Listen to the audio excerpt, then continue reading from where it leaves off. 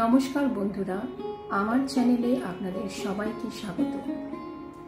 আজকে আমি আপনাদের জন্য নিয়ে এসেছি রবিবারের মাটনের পাতলা ঝোল বা পাঁঠার মাংসের রেসিপি। এই রেসিপিটিতে সাধারণত আমরা মাটনটা আগে থেকে ম্যারিনেট করে রাখি, কিন্তু অনেক সময় হয় হঠাৎ করে আমাদের মাটন খাওয়ার ইচ্ছা হলো অথবা বাড়িতে গেস্ট চলে এলো, তখন আমরা মাটনটাকে ম্যারিনেট করে রাখতে পারি না। সেই সময় আমরা এইভাবে যদি মাটন রান্না করি তাহলে স্বাদ আর গন্ধ দুটোই খুব ভালো হয়। এখানে আমাদের যেটা করতে হবে, মাটনটাকে কম বা মাঝারি আঁচে অনেকক্ষণ ধরে ভালো করে কষতে হবে। যত বেশি কষবেন তত মাংসের স্বাদ ভালো হবে। শুধু খেয়াল রাখতে হবে যাতে মাংসটা নিচ থেকে পুড়ে না যায়, তাই জন্য মাঝে মাঝে জল একটুখানি করে ছিটিয়ে দিতে হবে। দুপুরবেলা, বিশেষ করে গরমের দুপুরে, গন্ধরাজ লেবু বা পাতিলেবু দিয়ে মাংসের এই পাতলা ঝোল খেতে কিন্তু দারুণ লাগে। তাহলে চলুন সময় নষ্ট না করে দেখে নিই আজকে আমাদের রেসিপি, রবিবারের খাসির মাংসের পাতলা ঝোলের রেসিপি। এখানে আমরা 500 গ্রাম মতন মাটন বা খাসির মাংসকে স্বাদ মতন নুন আর 1 চা চামচ ভিনিগার দিয়ে ভালো করে মাখিয়ে 10 থেকে 15 মিনিট মতন রেখে দেব। একটি বাটিতে স্বাদ মতন শুকনো লঙ্কা অল্প একটু গরম জলে ভিজিয়ে 10 থেকে 15 মিনিট মতন রাখতে হবে। আপনারা ইচ্ছা করলে শুকনো লঙ্কার বদলে কাঁচা লঙ্কাও দিতে পারেন, কিন্তু আমি একটু মাংসের ঝাল পছন্দ করি বলে শুকনো লঙ্কাটা পাঁঠার মাংসে ব্যবহার করে থাকি। তারপরে 5টা পেঁয়াজকে ভালো করে একদম সরু সরু করে কেটে নিতে হবে।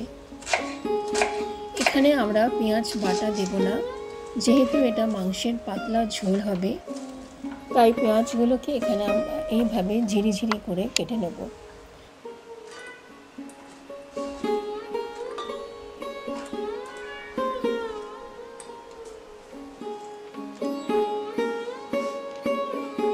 একটি মিক্সার গ্রাইন্ডারে 2 ইঞ্চি মতন আদা, যে শুকনো লঙ্কাগুলো আমরা ভিজিয়ে রেখেছিলাম সেগুলোকে আমরা জল থেকে তুলে নিয়ে ভালো করে জলটা চিপে দিয়ে দেব। তার সাথে এখানে আমরা 2টো ছোট কোয়া রসুনগুলোকে ভালো করে ধুয়ে ছাড়িয়ে কোয়াগুলোকে বার করে এখানে দিয়ে একটু পরিমাণ জল দিয়ে বা না দিলেও হয়, মশলাটা আমরা এখানে পেস্ট করে নেব।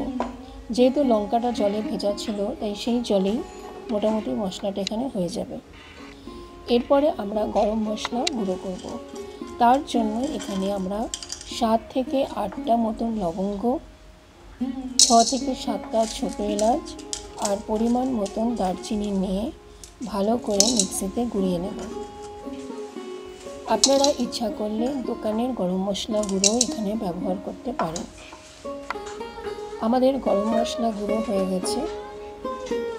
এবার আমরা একটা টমেটোকে ভালো করে কুচি কুচি করে কেটে নেব।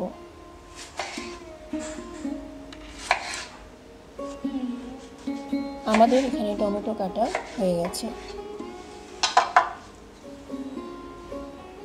এবার আসি এই রান্নার একটি বিশেষত্বের উপর। এই রান্নায় আমি 2টো গোটা রসুন দেব। রসুনগুলোকে ভালো করে শুধু ছাড়িয়ে নিয়ে উপরের খোসাটা ফেলে দিলেই হবে। এরপরে আমরা এখানে 3টে আলুকে অর্ধেক করে নিয়ে পরিমাণ মতন হলুদ আর স্বাদ মতন একটু নুন দিয়ে ভালো করে মাখিয়ে নেব। এই যে আমরা রসুনটা দিয়েছি, এই রসুনটা কিন্তু স্বাদে এমন কিছু হেরফের করবে না, কিন্তু রসুনটা খেতে কিন্তু খুবই ভালো লাগে রান্না হয়ে যাওয়ার পরে। এরপরে আমরা কড়াইতে পরিমাণ মতন তেল দিয়ে আলুগুলোকে ভালো করে ভেজে তুলে নেব। আমাদের বাড়িতে যখন এই রান্নাটা হতো তখন প্রতিজনের জন্য একটু করে রসুন দেওয়া হতো। মাংসের ঝোলে যখন রসুনটি সেদ্ধ হয়ে যায় তার স্বাদ কিন্তু ভীষণ ভালো হয়। তাহলে আপনারা যখন পরের বারে মাটন রান্না করবেন এরকম গোটা রসুন শুধু ওপরের খোসাটাকে ছাড়িয়ে দিয়ে ভালো করে ধুয়ে রান্নায় ব্যবহার করতে পারেন। এখানে আমাদের আলুগুলো মোটামুটি ভাজা হয়ে গেছে। এবার আমরা আলুগুলোকে একটু বাটিতে তুলে নেব।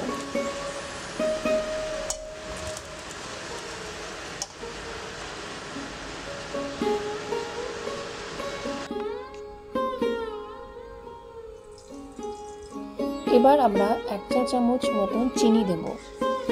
চিনি দিলে মাংসের যে রঙটা একটু লাল হয়। যদি আপনারা চান আপনারা চিনি নাও দিতে পারেন। এবার 2টো তেজপাতা দিয়ে দেব। তারপরে ঝিরি করে কাটা পেঁয়াজগুলো দিয়ে ভালো করে পেঁয়াজটা ভাজতে হবে। গ্যাসের আঁচ এখানে মাঝারি রাখবেন। পেঁয়াজটা যেন পুড়ে না যায়, কারণ পুড়ে গেলে কিন্তু ঝোলের স্বাদ একটু তেতো হয়ে যাবে। মোটামুটি সোনালি করে পেঁয়াজটাকে ভাজতে হবে। এখানে আমাদের পেঁয়াজ হয়ে গেছে ভাজা। এবারে আমরা আদা, রসুন আর শুকনো লঙ্কার যে পেস্টটা বানিয়েছিলাম সেই পেস্টটা দিয়ে ভালো করে কষব। গ্যাসের আঁচ অবশ্যই মাঝারি রাখবেন, কারণ গ্যাসের আঁচ যদি হাই থাকে তাহলে কিন্তু মশলাটা পড়ে যাওয়ার একটা সম্ভাবনা থেকে যায়। এবং ক্রমাগত এটাকে আমাদেরকে নাড়াতে হবে। এরপরে আমরা টমেটো কুচিটা দিয়ে দেব। আর যে 2টো রসুন আমরা এখানে ধুয়ে রেখেছি ওপরের খোসা ছাড়িয়ে, সেই 2টো রসুনও আমরা দিয়ে দেব। এরপরে মাঝারি আঁচে মশলাটিকে ভালো করে ক্রমাগত নেড়ে নেড়ে ভাজতে হবে। দেখুন কেমন তেল বেরিয়ে আসছে। যত তেল বেরিয়ে আসবে তত বুঝতে হবে যে মশলাটা ভালো করে কষা হচ্ছে। এখানে আমাদের মশলা ভালোভাবে কষানো হয়ে গেছে এবং নিচেও ভালো করে নাড়াতে হবে যাতে কোনো রকমভাবে মশলাটা কড়াইতে লেগে না যায়। এরপরে আমরা মাংসগুলোকে একে একে দিয়ে দেবো। সাধারণত মাংসের যে পাতলা ঝোল হয় সেটা রেওয়াজি খাসি দিয়ে হয় না। কচি যদি পাঁঠার মাংস পাওয়া যায় তাহলে সেই মাংসের পাতলা ঝোলের স্বাদ খুব ভালো হয়। এরপরে আমরা স্বাদ মতন নুন দিয়ে দেব এবং মাংসটিকে ক্রমাগত নাড়তে থাকবো।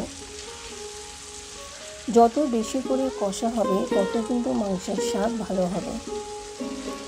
এবং মাংস কষা হয়েছে বুঝতে পারবেন যত বেশি করে এই মশলা দিয়ে তেল বেরিয়ে আসবে।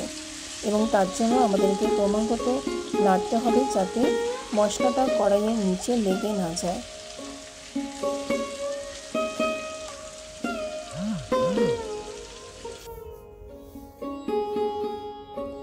এরপর আমরা এখানে 2 চা চামচ মতন হলুদ গুঁড়ো দিয়ে দেব এবং 2 চা চামচ মতন কাশ্মীরি লঙ্কার গুঁড়ো দেব। এটা দিলে মাংসের রং একটু লাল হয়। যেহেতু আমরা শুকনো লঙ্কা আগে দিয়েছি তাই ঝাল লঙ্কা দেব না। আর 2 চা চামচ মতন ধনে গুঁড়ো দিয়ে দেব। আমি কিন্তু এই রান্নায় কোনো রকম জিরে গুঁড়ো ব্যবহার করিনি। সাধারণত ডিম বা যে কোনো ধরনের মাংস, মুরগি বা মাটন হলে আমি সেখানে কোনো রকম জিরের গুঁড়ো ব্যবহার করি না। আমাদের মাংস এখানে কিন্তু খুব ভালোভাবে কষা হচ্ছে।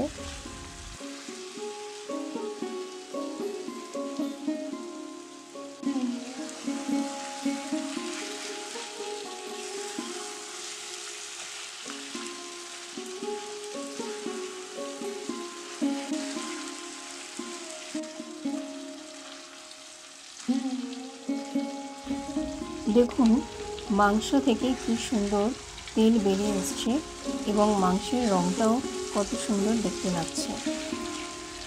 এখানে আমাদের মাংস খুব ভালোভাবে কষা হয়ে গেছে, আর কষানোর দরকার নেই। এবার আমরা এখানে 2 কাপ মতন উষ্ণ গরম জল দিয়ে দেব। মাংস রান্নায় কিন্তু কখনো ঠান্ডা জল দেবেন না, সবসময় উষ্ণ গরম জল দেবেন।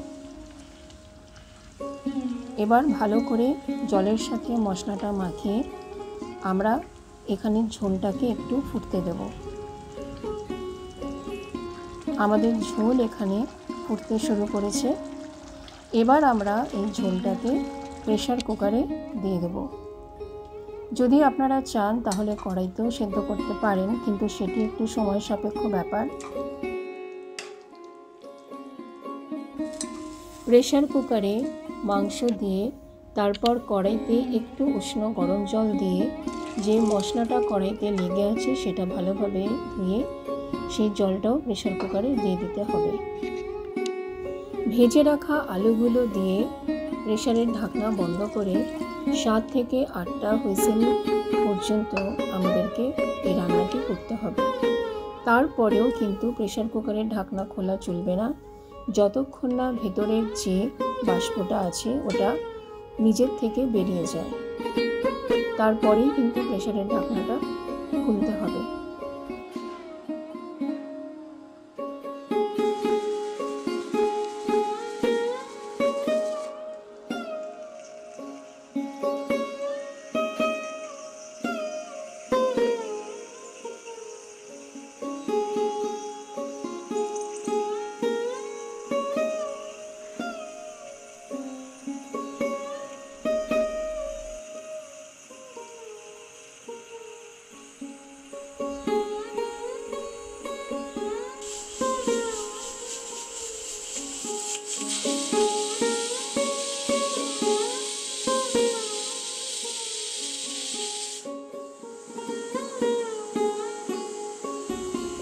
এবার আমরা প্রেসারের ঢাকনা খুলে নেব।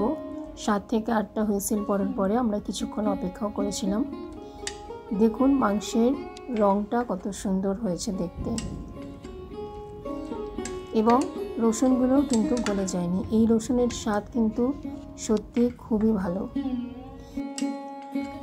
এবার গুঁড়ো করে রাখা গরম মশলা গুঁড়ো দিয়ে 5 মিনিট মতন ঝোলটাকে একটু ফুটিয়ে নিতে হবে। তাহলে তৈরি হয়ে গেছে আমাদের রবিবারের পাঁঠার মাংসের পাতলা ঝোল।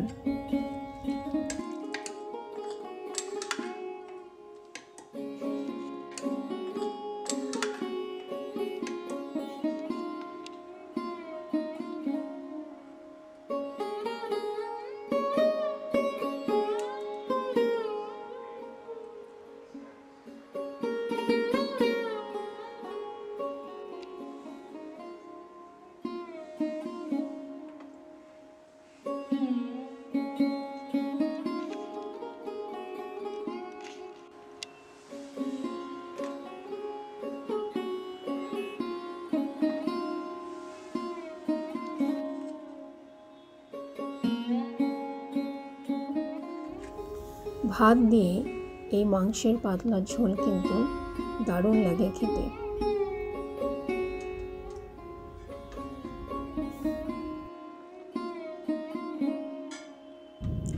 দেখুন মাংসটা কিন্তু খুব ভালোভাবে সিদ্ধ হয়ে গেছে।